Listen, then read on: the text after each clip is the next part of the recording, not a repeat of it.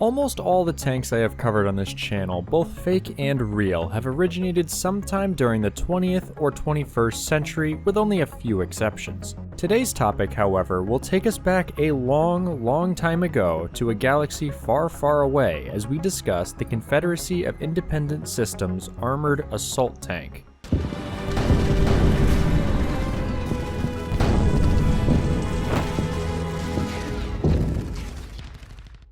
Although some of the more recent films have soured me towards the Star Wars galaxy, I have always been a big fan of the series and the Clone Wars era in particular. Although my favorite armored vehicle from that universe is probably the ATTE, the AAT, or Armored Assault Tank used by the Trade Federation and CIS, is a close second. For simplicity, and since most of the times we see it in action is within the Star Wars canon universe, that is the information I will be using. This is not too far from the Legends vehicle, but if I seem to miss something, that is likely the reason. Designed by the Bactoid Armor Factories, this tank is both heavily armed and armored, featuring a massive cannon along with a slew of other weapons. These included secondary laser cannons mounted on arms and 6 launch tubes capable of firing high explosive bunker buster shells, armor-piercing shells, and high-energy shells. This ammo would be carried in a sort of magazine loading system housed within the shovel-shaped hull, with each of the 3 tubes on either side holding one type of ammo.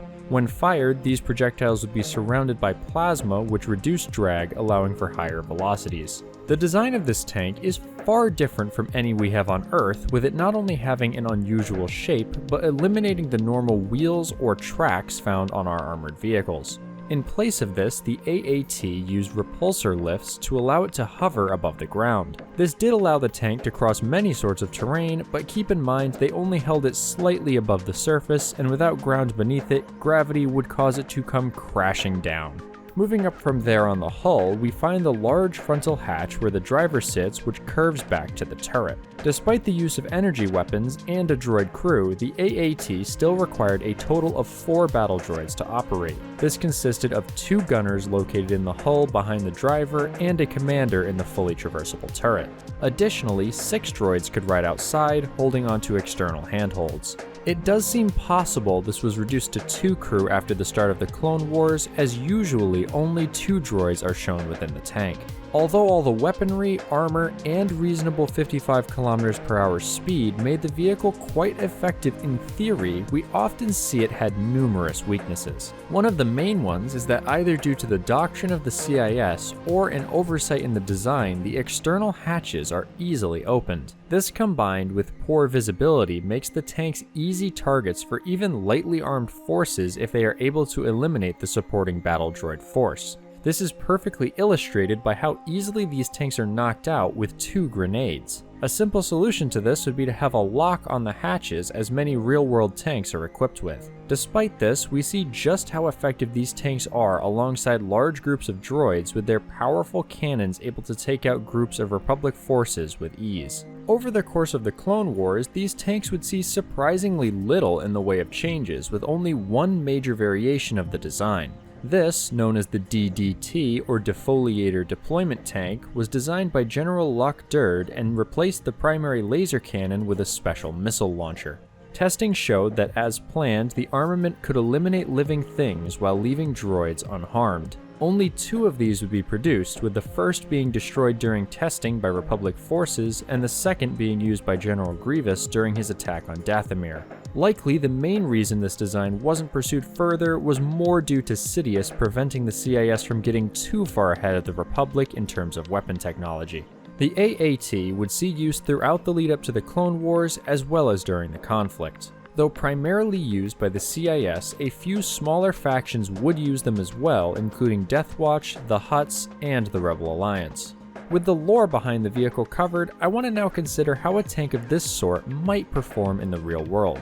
Obviously, the technology for it doesn't exist yet, but let's just say for the sake of argument that we figured that part out. Although we don't have a direct comparison to real-world currency, the AAT costs about 75,000 credits to produce versus around 100,000 for the ATTE used by the Republic. Assuming this carries over to our world, it could allow for a cheaper alternative to more traditional tank designs. For a more direct combat comparison, it's much trickier since we really don't have any real-world scenario to use as a hypothetical, and to just randomly give one nation access to this tech makes no sense.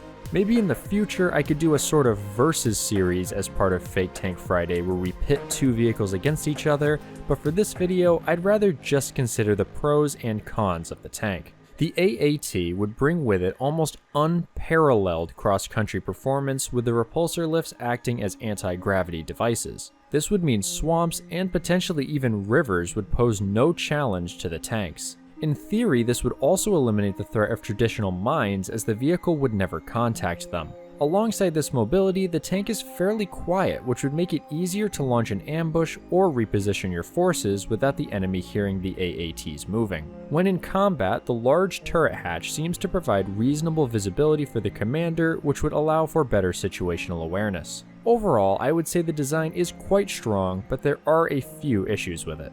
The primary issue I can see with it is the high profile. Though not as tall as the walkers it appears alongside, the side profile especially is a massive target.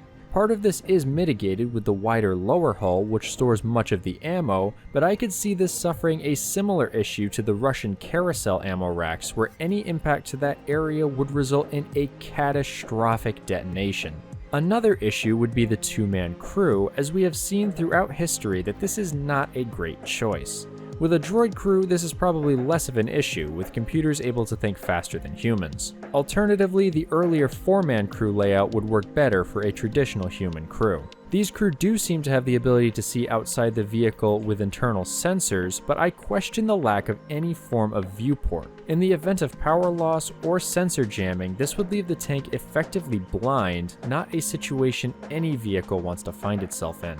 That's just my opinion though. Let me know how you think this vehicle would perform down in the comments. There are likely some things I missed with how much Star Wars media is out there, so feel free to add anything I left out down there as well. I hope you all enjoyed this look at the AAT, and if you did, a like on the video would be greatly appreciated.